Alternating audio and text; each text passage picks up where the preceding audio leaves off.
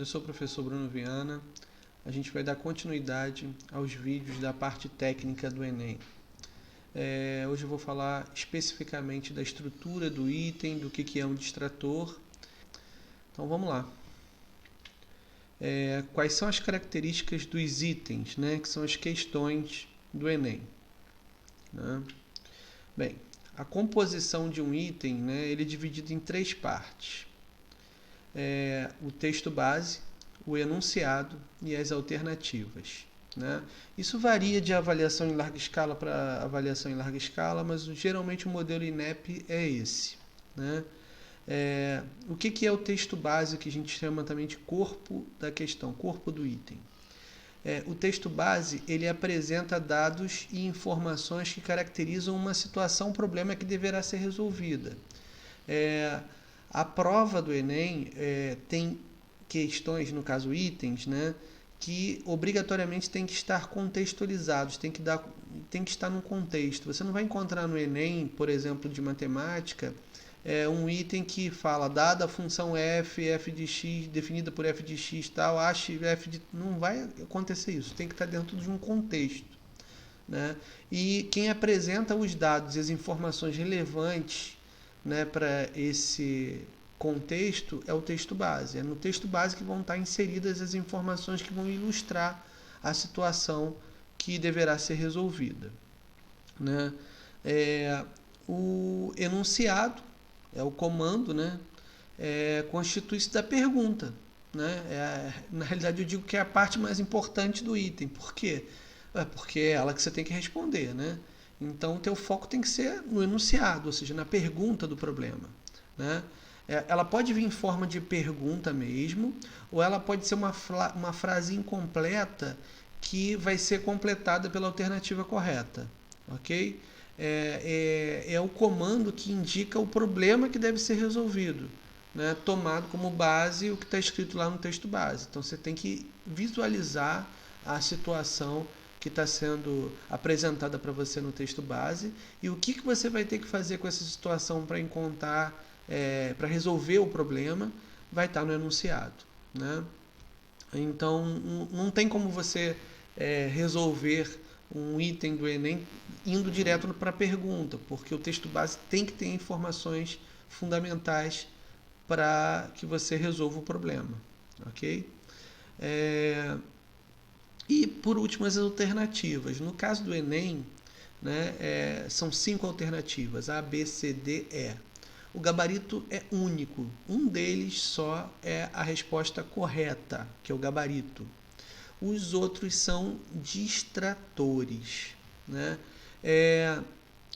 Distratores foi uma tradução, ao meu ver, equivocada de distractor, né, que em inglês não quer dizer só distração. E justamente é o que a gente não quer que aconteça. O que é o distrator? O distrator são as respostas que não são o gabarito, são as respostas incorretas. Mas elas não são aleatórias, elas são plausíveis. Né? O item, ele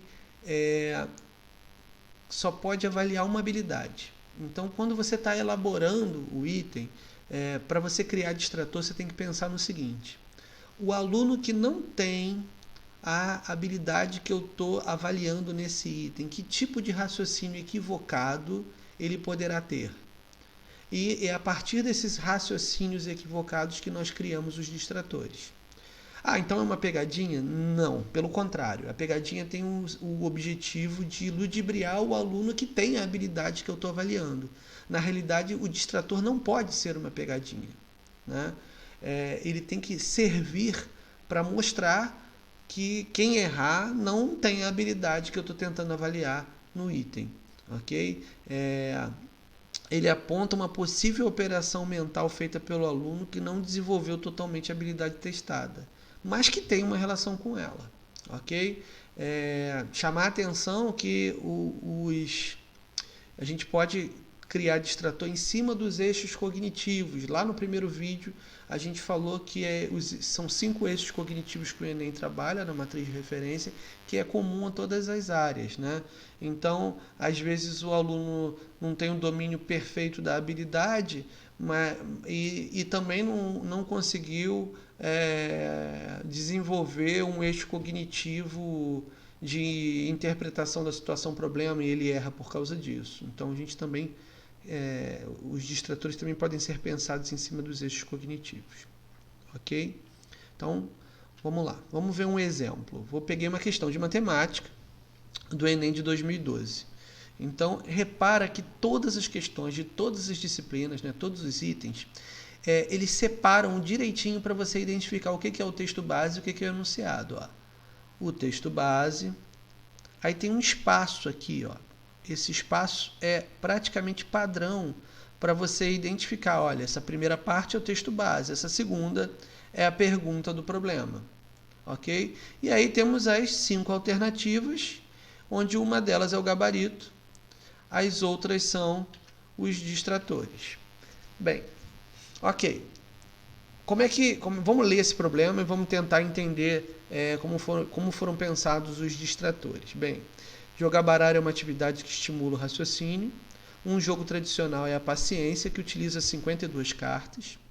Inicialmente são formadas 7 colunas com as cartas. A primeira coluna tem uma carta, a segunda tem 2 cartas, a terceira tem 3 cartas, a quarta tem 4 cartas e assim sucessivamente até a 7ª coluna, a qual tem 7 cartas. E o que sobra forma o monte, que são as cartas não utilizadas nas colunas. A quantidade de cartas que forma o monte bem, preste atenção, é um item provavelmente de proficiência muito baixa, porque é um item muito fácil. Você pode notar que um aluno do 6º ano conseguiria talvez resolver esse item, né? O que tem que fazer?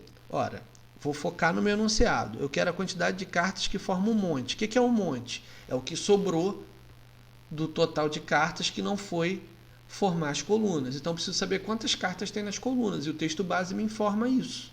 Tem uma na primeira, 2 na segunda, 3 na terceira e assim sucessivamente até a 7ª. Somando 1 mais 2 mais 3 mais 4 mais 5 mais 6 mais 7, eu tenho 28.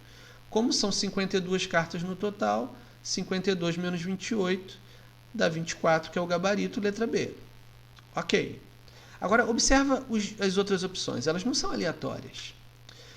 Por exemplo, a letra D, a pessoa não entendeu o comando, não leu o comando. O comando fala do monte. Então, está fazendo uma menção a um erro do eixo cognitivo de interpretação de texto. Né? Então, o cara só calculou as cartas que estão na mesa e foi lá e marcou a letra D. Ele esqueceu de subtrair das 52 cartas do total. Bem, o segundo fez a mesma coisa, só que esqueceu de contar a última coluna. Né? Ele faz menção à 7ª coluna, né? Ou então deixou de contar a primeira, né? Então faltou uma contagem aí. E também esqueceu de subtrair de 52. A letra C é a metade de 52. Às vezes a pessoa está com pressa, não leu o problema com atenção, logo não conseguiu ser avaliado nessa habilidade e pensou, metade está no monte, metade está na mesa. E dividiu só 52 por 2 e achou 26. Então é uma resposta plausível para um raciocínio equivocado. E a letra E fez a mesma coisa que a letra A, mas subtraiu do 21. Então está faltando uma contagem aí. Então perceba que os distratores não são respostas aleatórias, não. Por isso que você tem que ter muita atenção ao resolver o item. E o foco para você não cair em distrator é o enunciado. O enunciado tem que estar muito bem claro quando você for resolver a questão. Bem, então ali as alternativas, né? Então vamos um exemplo em geografia. Olha o texto base, olha o enunciado, olha as alternativas, tudo separadinho. Repara que o texto base, né, ele pode ser retirado de algum lugar e sempre vem a fonte. Ó.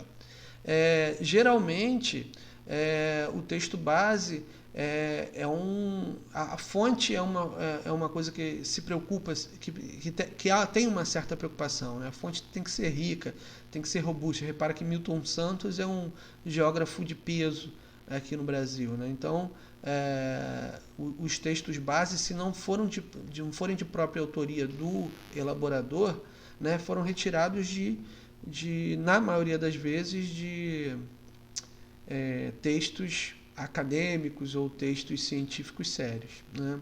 evita-se Wikipédia, esse tipo de coisa, né? Apesar da Wikipédia ter melhorado bastante desde o seu início. Bem, mas o importante é você saber que isso acontece em todas as áreas do conhecimento. Olha um exemplo de física, um print exato aí da prova. Olha o texto base, olha o enunciado e olha as opções, as alternativas. Um outro exemplo de biologia, o Enem 2017. Texto base, o enunciado agora é uma pergunta, as alternativas. Um exemplo de linguagens, Enem 2015. Texto base, o enunciado e a alternativa. Ok? Bem, um item deve seguir fielmente a matriz de referência. Ele não pode avaliar algo que não seja uma das 30 habilidades que a gente já viu no primeiro vídeo lá da matriz de referência.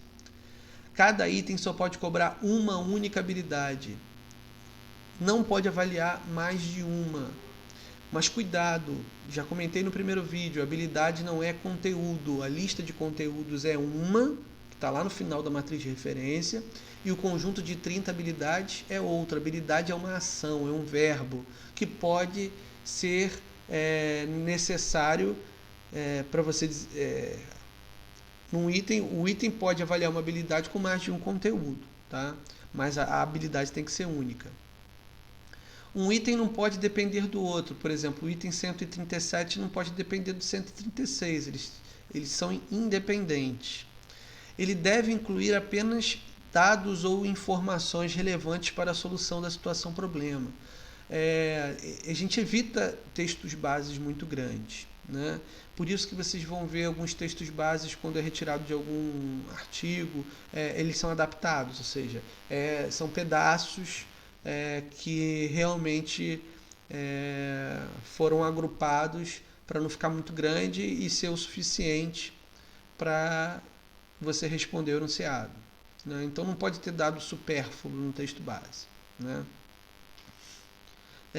A compreensão do enunciado deve ser independente da leitura de todas as opções. Ou seja, você tem que conseguir resolver o item só lendo o texto base e o enunciado. Okay? Você tem que tampar as opções e chegar na resposta correta só com o texto base e enunciado.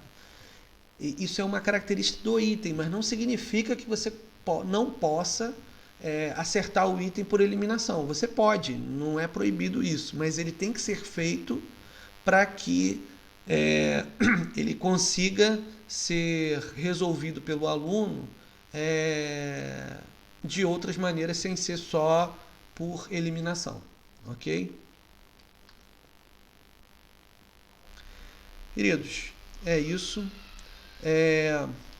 Eu espero ter ajudado. A gente vai continuar ainda com mais um ou dois vídeos a respeito dessa parte técnica do Enem. O meu e-mail está aí para vocês entrarem em contato e eu estou à disposição de vocês para tirar qualquer dúvida. Obrigado a todos, um excelente Enem para vocês e se cuidem para que a gente possa estar junto logo. Grande abraço.